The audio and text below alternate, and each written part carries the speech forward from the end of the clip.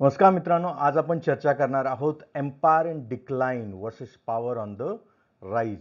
म्हणजेच कुणाचा तरी सूर्योदय होतोय आणि कुणाचा तरी सूर्यास्त होतोय असं काहीसं म्हणता येईल. सूर्यास्त आणि दुसरीकडे मात्र सूर्योदय होतोय.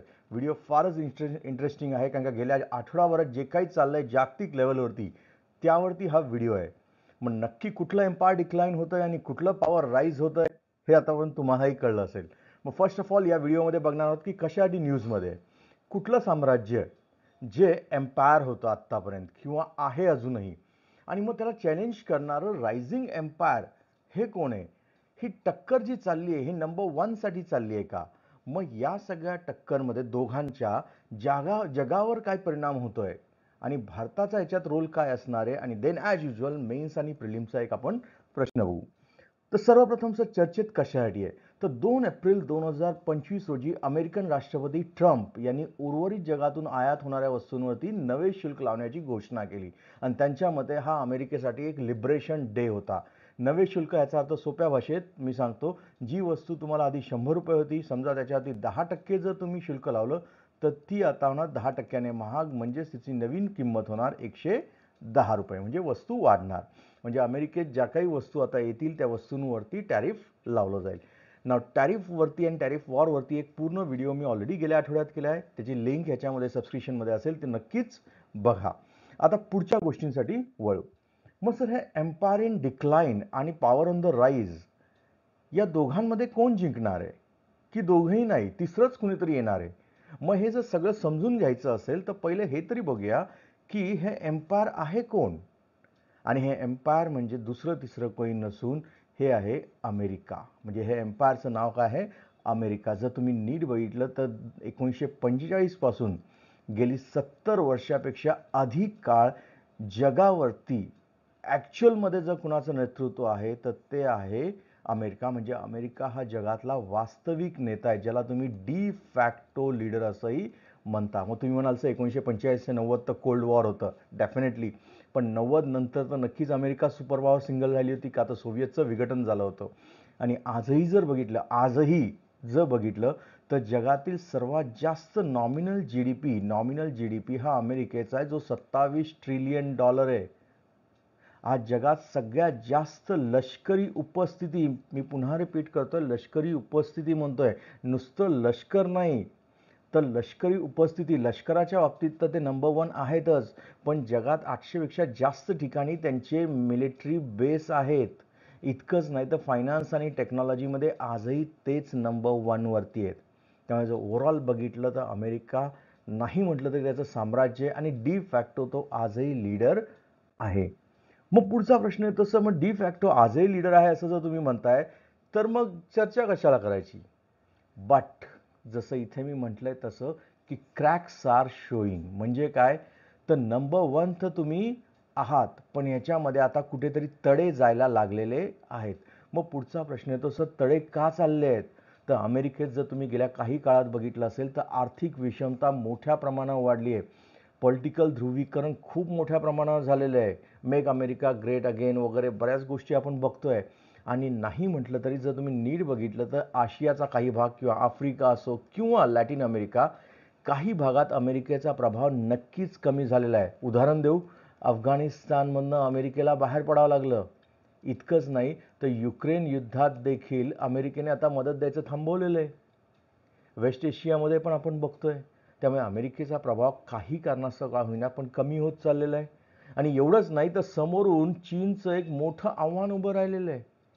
त्यामुळे साम्राज्य आजही नंबर वनला आहे, मी नाही म्हणत नाही आहे, पण त्याच्यात क्रॅक्स जायला सुरुवात झालेली आहेत आणि त्याची बरीच कारणं आहेत.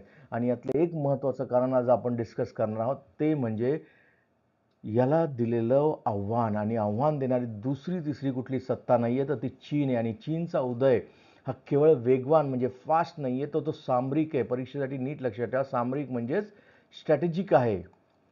लिटरली तो अमेरिकेला चॅलेंज करू पाहत आहे. अमेरिकेला वाटत होतं की ही वर्ल्ड ऑर्डर त्यांनी निर्माण केली आहे, पण आता चीन, आधी अमेरिकेला वाटायचं की त्यांच्यासाठी कॉम्पिटिटर असेल, पण आता त्यांना धोका नंतर वाटायला लागला. आता त्यांना एक्झॅक्ट आयडिया आली आहे की चीन नुसताच धोका नाही तर चीन त्यांना रिप्लेस देखील करायची ताकद ठेवतो. चीनने जर बघितलं तुम्ही गेल्या 10 वर्षामध्ये प्रचंड लेवलवरती मेड इन चायनापासून मेड बाय चायनापर्यंत चीनला जगाचा मॅन्युफॅक्चरिंग हब करून टाकलेलं आहे, की जगातलं सगळ्यात जास्त एक्सपोर्ट हे चीनमधनं होत आहे. चीन टेक बाबतीत इनोव्हेटर झालेलं आहे. मग ते EV असो नाहीतर इतर सोलारच्या बाबतीत असो किंवा आर्टिफिशियल सनच्या बाबतीत. आणि जगातली दुसरी मोठी अर्थव्यवस्था आजच्या घडीला तरी चीनच आहे आणि हिचं व्हॅल्युएशन आहे $18 ट्रिलियन आसपास. मग पुढचा प्रश्न येतो, मग प्रश्न तर सुटलाच की चीन नंबर 1 होणार आणि चीन आघाडीवर आहे का? तर इथे जर तुम्ही नीट बघितलं तर चीन कुठे कुठे आघाडीवर, 5G वरती 5G इन्फ्रास्ट्रक्चरमध्ये चीन आघाडीवर आहे. EV वरती चीनचं प्रभुत्व आहे. बाईट जायच्या कंपन्या या जगावरती राज्य करण्यास अग्रेसर तयार झाले आहेत. AI आणि क्वांटम कम्प्युटरमध्ये बऱ्यापैकी आघाडीवर यायला लागलेले आहेत. तर बेल्ट आणि रोड इनिशिएटिव्ह हा मोर दॅन 100 कंट्रीजमध्ये प्रभाव वाढवलेला आहे. त्यामुळे चीन नाही म्हटलं तर बऱ्याच ठिकाणी आघाडीवर आला आहे. मग पुढचा प्रश्न येतो सर, मग झालं डिक्लेअर झालं ना की चीन जिंकणार नाही का? तर इथे सुद्धा चीनचा विकास हा विदाऊट लिमिट्स नाही आहे. जर अमेरिकेच्या याला क्रॅक्स गेल्यात तर इकडेही काही मर्यादा आलेल्या आहेत. कुठल्या मर्यादा? चीनची अर्थव्यवस्था नुकतीच जर नीट बघितली तर मंदावलेली आहे. बऱ्यापैकी तिचा स्पीड जो होता ग्रोथचा तो खाली खाली किंवा कमी ॲव्हरेज स्टेबलच असा चाललेला आहे. इतकंच नाही तर चीनची एक काळ होता जेव्हा त्यांची डेमोग्राफी आहे त्यांच्यासाठी सगळ्यात फायदा होता, लोकसंख्या. पण आता चीनची वृद्ध लोकसंख्येकडे वाटचाल चाललेली आहे. त्यामुळे ती कदाचित त्यांच्यासाठी लायबिलिटीही ठरू शकते. इतकंच नाही तर पाश्चिमात्य देशांकडनं नाही म्हटलं तर आता ॲग्रेसिव्हली पॉश्चरिंग केलं जायला लागलं आहे. त्यामुळे चीनच्या वेगाला मर्यादा किंवा व्यसन घातलं जाऊ शकतं. काही अंतर्गत कारणं तर काही बाह्य कारणं. मग पुढचा प्रश्न येतो की सर आत्ता जे टॅरिफ वॉर झालं ते कशासाठी आहे? टॅरिफ वॉर, ट्रेड वॉर ही फक्त सुरुवात आहे. म्हणजे जर कुणाला असं वाटत असेल की हे युद्ध आहे, नाही, ट्रेड वॉर ही फक्त सुरुवात आहे. म्हणजे तुम्हाला असं वाटत असेल की या दोघांमध्ये ट्रेड वॉर जो जिंकेल तो फायनल, अजिबात नाही. ट्रेड वॉर ही, पुन्हा मी रिपीट करतो, ही फक्त एक सुरुवात आहे दोघांमधल्या युद्धाची. आता हे टॅरिफपासून टेक्नॉलॉजीपर्यंत, म्हणजे टॅरिफने फक्त आता सुरुवात केली शुल्क वाढून, हे टेक्नॉलॉजीपर्यंत जाणार आहे. आणि दोघंही, अमेरिका आणि चीन, हे दोघंही एका नवीन कोल्ड वॉर, न्यू कोल्ड वॉरमध्ये एंटर केलेलं आहे, जे 21व्या शतकामध्ये आहे. हां, ही गोष्ट नक्कीच आहे की आधीसारखं अण्वस्त्रांशी स्पर्धा इथे नाही आहे. तर आज जी स्पर्धा लागलेली आहे ही चिप्स आणि कोड आणि यांनी लढलं आहे. म्हणजेच काय, तर सेमीकंडक्टर, AI यामध्ये सगळी स्पर्धा आहे. Semiconductor, artificial intelligence, green energy यांच्यावरती कोण नियंत्रण ठेवतं हे जगातल्या भवितव्यावर अवलंबून असणार आहे. म्हणजे ही स्पर्धा ही टेक्नॉलॉजीच्या बाबतीत असणार. ही स्पर्धा ही artificial intelligence, semiconductor, green energy आणि यांना कंट्रोल करून जगावरती कोण कंट्रोल करतं यावरती ठरणार आहे. मग जसं समोरासमोर परीक्षेला किंवा इंटरव्ह्यूला विचारलं कंपॅरिझन, तर एक नॉमिनल कंपॅरिझन तुमच्या समोर आहे. जर तुम्ही नीट समोर बघितलं कोण पुढे आणि कोण मागे आहे. नॉमिनल GDP बघितलं तर आजही अमेरिका नंबर 1ला आहे, का तर 27 ट्रिलियन. चायना गॅप क्लोज करत आहे 18 ट्रिलियनने, नंबर 2ला आहे. भारत खूप मागे याच्यामध्ये, अजूनही 4 ट्रिलियनच्या आतच आहे. मिलिटरी स्पेंडिंग US जे आहे ते चायनाच्या तिप्पट आहे, मोर दॅन $700 बिलियन. पण चायना देखील लक्षात ठेवा जोरात कॅपॅसिटी बिल्ड करत चाललेलं आहे. सेमीकंडक्टरमध्ये आज नाही म्हटलं तरी US लीड करत आहे. पण चायना, आणि इथे मात्र चायना काय आहे, US वरती हेविली डिपेंडंट आहे. म्हणजे टेक्नॉलॉजी बाबतीत, काही बाबतीत चायना, हाय एंड टेक्नॉलॉजी ज्याला आपण म्हणतो, तिथे चायना कुठेतरी US वरती डिपेंड आहे. AIच्या बाबतीत म्हणाल तर USला स्लाईट एज आहे. US ChatGPT, Gemini, notebook LM हे सगळं US मधलं आहे. पण डीपसेकनेही चायनानेही त्याला उत्तर दिलेलं आहे. म्हणजे ॲग्रेसिव्हली चायना देखील याच्यात पुढे चाललेलं आहे. पण 5G टेलिकॉम जर तुम्ही बघितलं तर इथे नक्कीच चायना लीड करत आहे. एक्झाम्पल हुआवे, ZTE या कंपन्या डॉमिनेट करत आहेत. EVमध्ये आधी टेस्ला अमेरिकन डॉमिनेट करत होती, पण आता बाईड आल्यानंतर त्यांनी याला आक्रमकरित्या उत्तर दिलेलं आहे. त्यामुळे इलेक्ट्रिक व्हेकलमध्ये सुद्धा बाईड ही आता खूप पुढे गेलेली आहे. करन्सी आजही म्हणाल तर US डेफिनेटली डॉमिनेट करत आहे डॉलरने. पण चायना देखील युआनच्या थ्रू इंटरनॅशनलाइज करायचा प्रयत्न करत आहे. ब्रिक्स प्लस करन्सी आणण्याचा प्रयत्न चालू आहे त्यांचा. स्वेसच्या बाबतीत म्हणाल तर USला स्लाईट एज आज आहे, पण चायना देखील तिथे वेगात पुढे यायला लागलं आहे. डिप्लोमॅसीच्या बाबतीत म्हणाल तर NATO, G7, ऑकस हे USचे मोठे मोठे पॉवर्स आहेत. तर चायना देखील ब्रिक्स प्लस, SEO, RCEP असे नवीन नवीन प्रोजेक्ट्स उभे करत आहे. सॉफ्ट पॉवरच्या बाबतीत म्हणाल तर आजही US नंबर 1 वरती आहे, चायनाच्या खूप पुढे आहे. हॉलिवूड, डेमोक्रेसीचा ब्रँड म्हणून USAकडे बघितला तर डॉलर आजही सॉफ्ट पॉवर आहे. मग चायना इथे काय करतं? चायना देखील आपलं कल्चर, कन्फ्युशियस इन्स्टिट्यूशन उभ्या करण्याचा प्रयत्न करते. त्यामुळे दोघांमधली जी स्पर्धा आहे ती प्रचंड तीव्र स्पर्धा आहे आणि हे परीक्षेत तुम्हाला खूप कामाला येईल. हा चार्ट हे नीट व्यवस्थित लक्षात ठेवा. मग ही स्पर्धा तर प्रचंड तीव्र झाली आहे. मग ह्याचा जगावरती काही परिणाम होणार का? रिपल इफेक्ट ह्याचा होणार का? तर अर्थात होणार. जर तुम्ही नीट बघितलं तर भारत, साऊथ ईस्ट एशिया आणि आफ्रिकामधले देश नाही म्हटलं तर क्रॉसफायरमध्ये अडकलेत. आता भारतावरती देखील नाही म्हटलं तरी दोन्हीकडनं USAही भारताला आपला साथीदार मानण्याची इच्छा करते आणि चायना देखील हल्ली भारताशी चांगली रिलेशन ठेवण्याची भाषा करायला लागले. नवल आहे पण करायला लागलेलं आहे. मग आता नाही म्हटलं तरी या दोघांच्या ह्याच्यात भारत असो, व्हिएतनाम असो, साऊथ ईस्ट एशियामधले इतर देश असो, यांचा रोल महत्त्वाचा आहे. मग यांना फायदा होणार आहे की यांना रिस्क आहे? दोन्ही आहे मी म्हणतोय. का तर नाही म्हटलं तरी आता जागतिक पुरवठा साखळी बदलते आहे. का तर US आणि चायना यांच्यात जर टॅरिफ वॉर असंच वाढत राहिलं, फॉर एक्झाम्पल आजच USने 145% टॅरिफ लावलं तर चायनाने रिटॅलिएट केलं 125%. चायना स्पष्टपणे म्हणत आहे की आम्ही डायलॉगसाठी तयार आहोत, पण डायलॉग जो काही असेल तो रिस्पेक्टने असला पाहिजे आणि याच्यात कुणाला कमी लेखलं गेलं नाही पाहिजे. दोघंही इक्वल फुटिंगवर असलं पाहिजे. USला वाटलं होतं की चायनावरती दबाव टाकता येईल आणि चायनाशी डील करता येईल, पण चायनाने जशास तसं उत्तर दिलं आणि चायनाने स्पष्टपणे म्हटलेलं आम्ही कुठल्याही पद्धतीला युद्धाला तयार आहोत, इन्क्लुडिंग टॅरिफ वॉर. मग अशा वेळी आता US जर हा माल येणार नसेल तर चायना नक्कीच काय करणार? तर आपल्या मालासाठी दुसरे पर्याय शोधणार. मग ते दुसरे देश असणार आहेत. मग तो भारत असेल, व्हिएतनाम, इतर आफ्रिकन कंट्रीज असतील. मग चायना आपला माल डंप करायचा प्रयत्न करेल. मग अर्थातच इथल्या अर्थव्यवस्थेवर प्रॉब्लेम होऊ शकेल. हे झालं रिस्कच्या बाजूने. मग फायदा काय?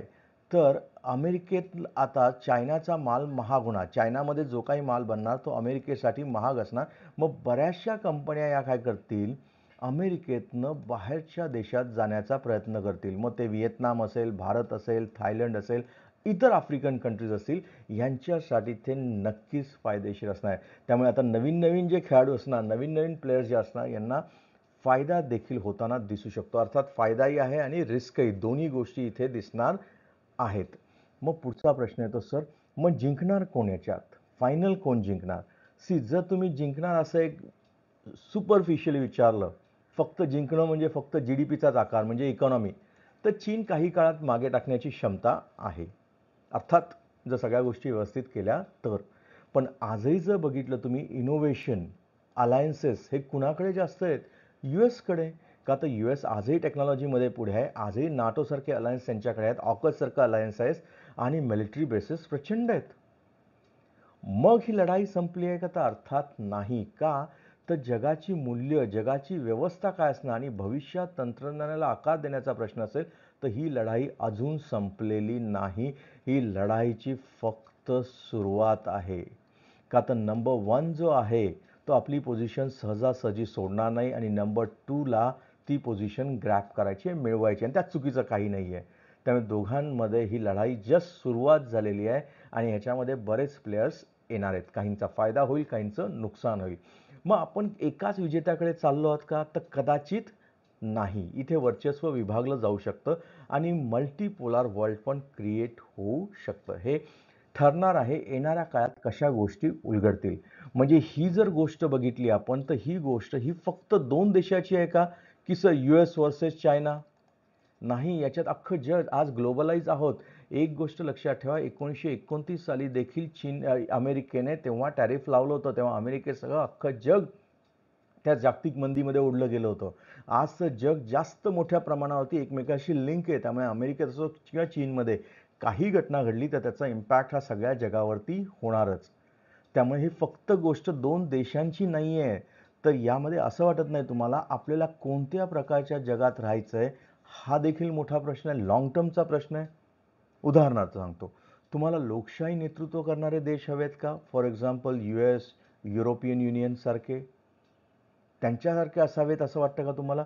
की तुम्हाला स्टेट कॅपिटलिझम म्हणजे स्टेटच जिथे भांडवलदार आहे, उदाहरणार्थ चीनसारखे, की काहीतरी नवीन वर्ल्ड ऑर्डर तुम्हाला वाटतं निर्माण होऊ शकेल? हे आता येणाऱ्या काळात ठरणार आहे. मग आजच्या व्हिडिओ जर नीट बघितला तर माझाच तुम्हाला आता प्रश्न आहे की 21व्या शतकाचं नेतृत्व कोण करेल असं तुम्हाला वाटतं? USA, चीन की काहीतरी नवीन व्यवस्था येईल? उत्तर येत असेल तर नक्की तुम्ही कमेंट बॉक्समध्ये स्पेसिफाय करा. मग जर व्हिडिओ नीट बघितला असेल तर मुख्य परीक्षेसाठी एक प्रश्न बघू आपण की अमेरिका आणि चीन स्पर्धा ही केवळ द्विस्तरीय स्पर्धा नसून 21व्या शतकात जागतिक व्यवस्थेला आकार देण्याची नेतृत्वाची लढाई आहे. म्हणजे ही फक्त USA आणि चायना यांच्यातली लढाई आहे का? तर नाही. तर जगात नंबर 1 कोण आहे आणि कोण राहणार आहे? आहे USA. कोण राहणार आहे हे चायना आणि USA मध्ये ठरणार आहे. आणि कुठल्या प्रकारचं नेतृत्व ते चाहत आहेत आणि याच्यामध्ये भारताचा रोल काय आहे? भारताची भूमिका काय असणार आहे? हा मुख्य परीक्षेसाठी प्रश्न असणार आहे.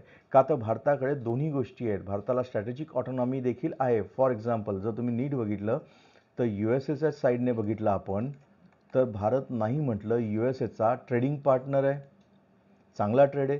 पण मग चायनाशी आपला चांगला व्यापार आहे, ट्रेड आहे. मग तुम्ही म्हणाल इथे दोघांशी चांगले संबंध आहे, ट्रेडच्या बाबतीत तरी आहेत. हां, पण USAच्या बाबतीत आपण ट्रेड सरप्लस आहोत, तर चायनाच्या बाबतीत ट्रेड डिफिशिएट. पण नीट बघितलं तर USA बरोबर आपण क्वाडसारखे अलायन्स आहे. तर इकडे आपण SCOमध्ये पण सदस्य आहोत. त्यामुळे भारताला डेफिनेटली यामध्ये एक मोठा रोल प्ले करण्याची संधी आहे. आणि कशा पद्धतीने तो रोल प्ले करेल त्याचं तुम्हाला उत्तर लिहायचं आहे. मग पुढचा प्रश्न पूर्वपरीक्षेला आहे की अमेरिका आणि चीन यांच्यात जो सत्ता संघर्ष चाललाय याच्याबद्दल खालीलपैकी कुठलं विधान बरोबर आहे? पहिलं स्टेटमेंट, चीन हा सगळ्यात मोठा जगातला वस्तूंचा निर्यातदार देश आहे. बरोबर आहे का चूक ठरवा. ट्रान्स पॅसिफिक पार्टनरशिपमधनं अमेरिकेने माघार घेतली आहे. थर्ड, भारत हा नाटोचा औपचारिक म्हणजे ऑफिशियल सदस्य आहे. आणि 4, क्वाडमध्ये कोणकोणते सदस्य देश आहेत? खालीलपैकी कोणतं विधान बरोबर आहे तुम्हाला ओळखायचं आहे. खाली ऑप्शन्स दिलेले आहेत. जर उत्तर येत असेल तर डेफिनेटली खाली कमेंट बॉक्समध्ये लिहा. व्हिडिओ आवडला असेल तर नक्कीच लाईक, शेअर आणि सबस्क्राईब करा. Thank you very much.